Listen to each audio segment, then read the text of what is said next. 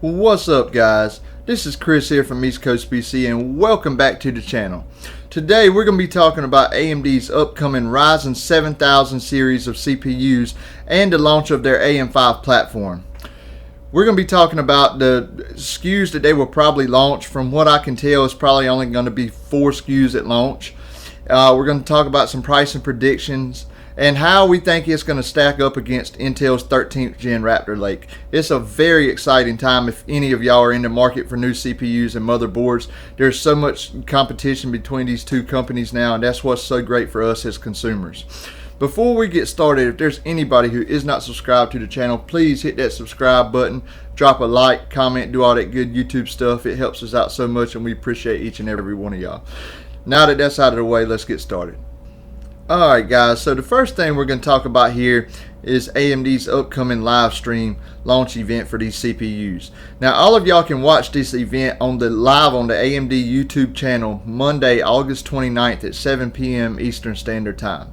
Now if you can't make that live stream, there will be a replay up on AMD's YouTube channel a few hours after this event concludes.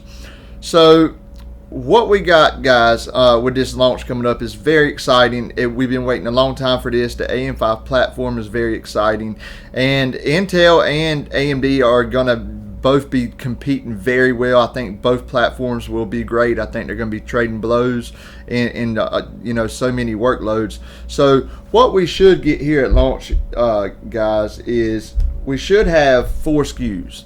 None of this is set in stone. That's what we're going to be finding out on August the 29th. But what we should get is a 7950X, a 16-core, 32-thread part. And then also a Ryzen in the 9 category, the Ryzen 9 7900X, which is 12 cores and 24 threads. Now, there's still some debate on what they're going to do with the 8-core part. From what we can tell, the 7800X is probably going to be a future SKU, like a one with 3D V-cache on it. And as far as I know, there is going to be no 3D V-cache models launching on the launch day. That'll probably be sometime in the next year, which is disappointing. That's probably what I'm going to be waiting for to go in my personal rig. But anyway, so the 8-core 16-thread part is supposed to be the Ryzen 7 7700X, leaving room for that 7800X. And also our Ryzen 5 part is supposed to be the 7600X, and that's supposed to be a 6-core 12-thread part. And that rounds out the 4 SKUs. Like I said, of course, with the 7700X, is supposed to take the spot of their standard 8-core 16-thread CPU, at least at the beginning of this lineup. So we don't have final clock speeds and all that good stuff yet, guys. But what we do have now, this information has been out there for a while. We're gonna go over it here and talk about it for a few minutes. Up to 16 Zen 4 cores, as we were talking about. The flagship part should be the 7950X. Over 15% performance uplift in single-threaded apps, and that is, you're going to get that 15% by combining the clock speed increase and the IPC increase. So the brand new Zen 4 cores, IPC architecture, we know all that good stuff. One of the biggest things is it's going to be manufactured on the TSMC's 5 nanometer process. That is an excellent process, and it's going to allow these CPUs it's going to allow AMD to really design a good, efficient architecture. TSMC's been doing a great job with efficiency, and now they're getting their clock speeds up to compete with Intel. So this is just great all the way around.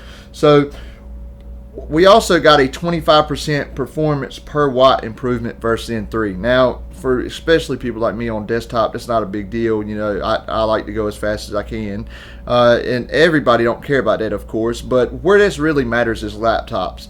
I would like to see AMD really, do more with the laptop range this time around, because even though they have good SKUs, you can't never get the AMD variants of these nice gaming laptops and creator laptops. Either they hardly have none available. They produce a very small amount, and it's just we need to be able to go in a Best Buy or a Micro Center and them have just as many AMD options on laptop as they do Intel, and we're a long way from that, but hopefully we get closer to that this generation. Now, Also, over 35% overall performance improvement versus N3. Now, what that would probably mean is like the 7950X, the 16-core processor, doing multi-threaded workloads, such as like a benchmark like Cinebench R20 or R23, or something else that can utilize video rendering that's done all on the CPU, something that can utilize all 16 cores at one time, file compression and decompression. There's all kinds of stuff. I don't know exactly where that 35% number comes from, but that is going to be a very good performance improvement. We also know Intel is going to have a massive improvement in their multi-threaded performance as well.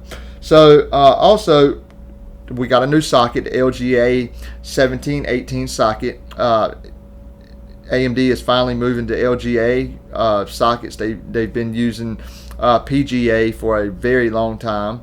And so overall, I think this is a good move. These CPUs are getting very expensive, and they're just moving to the more modern technology that Intel's been using for many years now.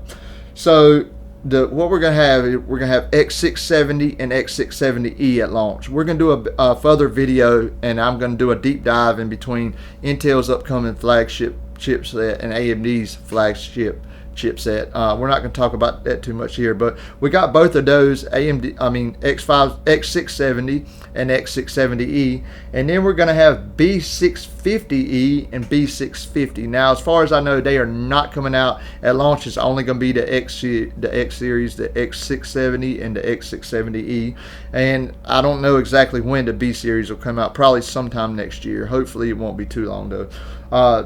Dual channel DDR5 support, and it's going to be supported native at 5600 JEDEC speeds. That is good. We're definitely getting off the ground far, a good distance from that 4800, so that's good to see. That means the memory controller should be really good, and these AMD processors.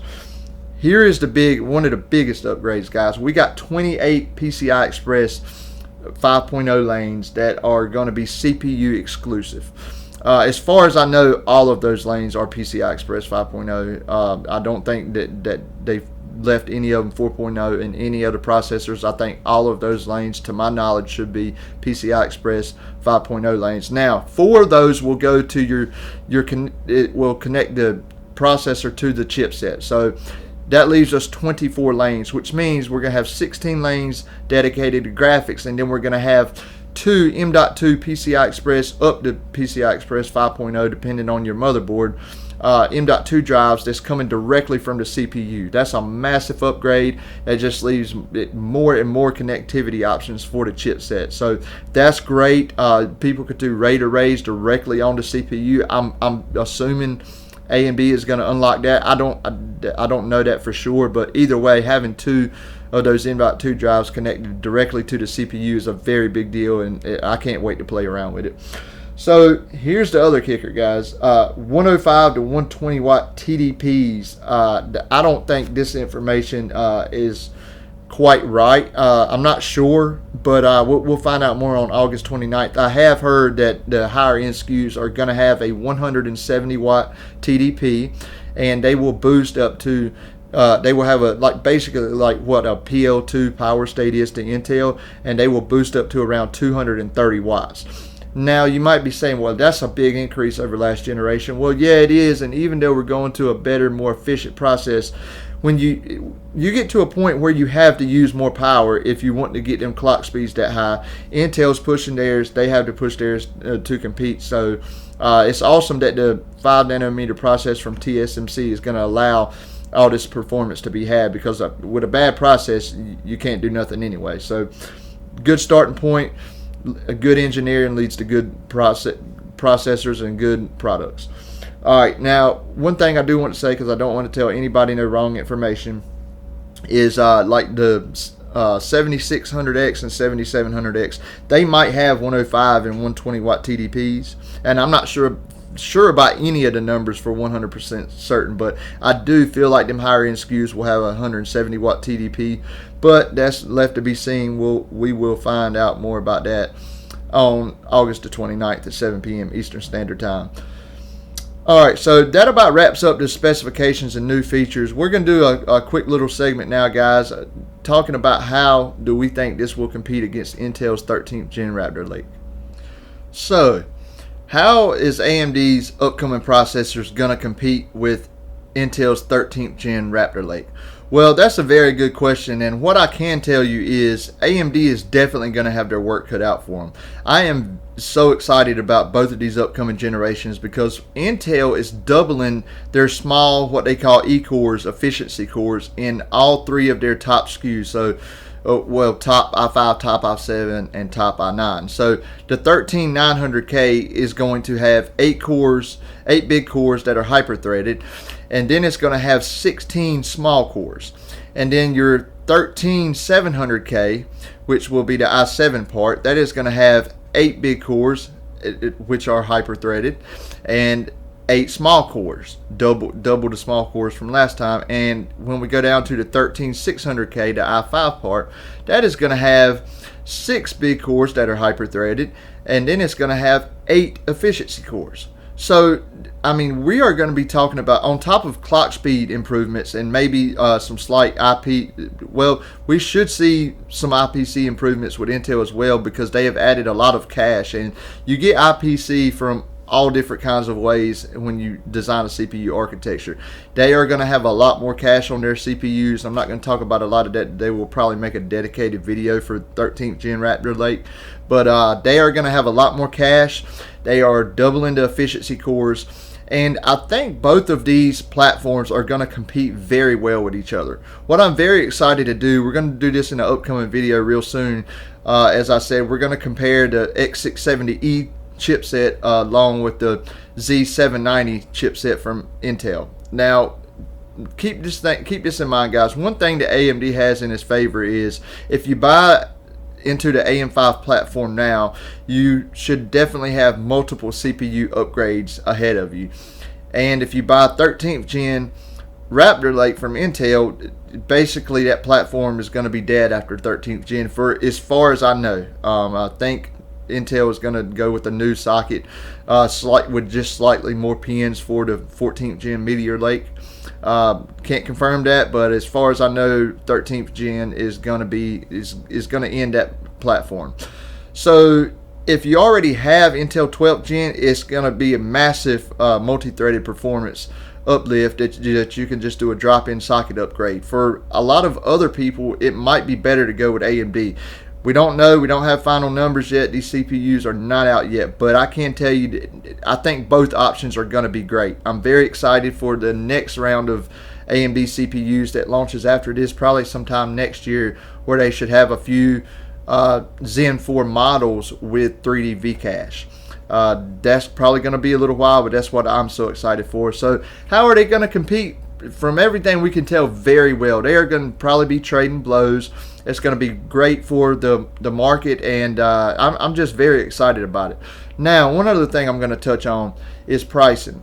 These AMD CPUs, I don't think AMD can get away with pricing I really don't think they can get away with doing a $450 8-core 16-thread part. I may be wrong, but that's what they did with Zen 3, and they kind of could, because when that launched, Intel was just having all kinds of problems. The best thing they had to offer was Comet Lake, a 10-core 20-thread CPU that it had, and give it credit for all Skylake was, they got every last ounce of performance out of it, and it just shows you how good that architecture was designed so many years ago to even be able to somewhat compete on a lot of levels with AMD.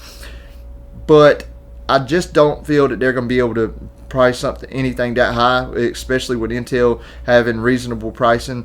So what I would think, especially like the 6-core part. Now, a lot of you might realize when AMD moved to 8-core CCDs, that means if you sell a 6-core part, you're basically disabling 25% of each die. So the yields were so good on TSMC's 7nm process that they didn't have that many chips that were that were with a core or two bad on them.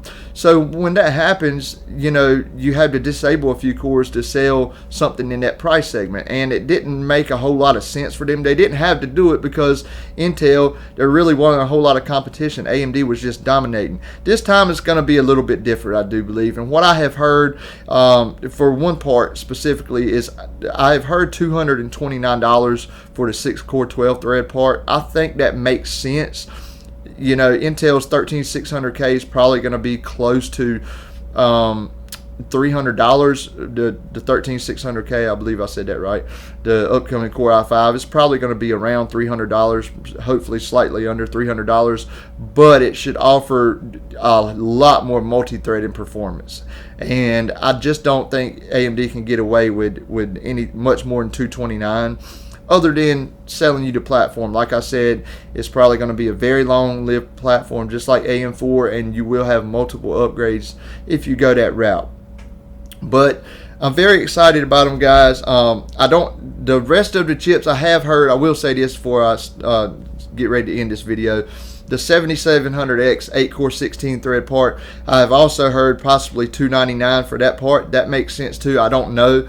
I'm not sure about that, but I do think, at least with the 7600X, I do think AMD will want something in the $230 price range to compete with Intel in that price range, and I just think that makes sense. We'll have to see about the rest of the CPUs, the 7950X and 7900X. They may go up a little bit. We'll just have to wait till August 29th to find out. But yeah, I think pricing should be healthy between both companies. Competition is so great for the market, and I'm so happy that we are back where both of these companies are competing with one another. For all of you who've made it this far in the video, I want to thank each and every one of y'all for watching this video, supporting our channel, and just everything that you guys do, because none of this would be possible without y'all. If there's anybody who is not subscribed to the channel, please hit that subscribe button, drop a like, comment, do all that good YouTube stuff. We appreciate each and every one of y'all, and we will see y'all real soon. Thank you.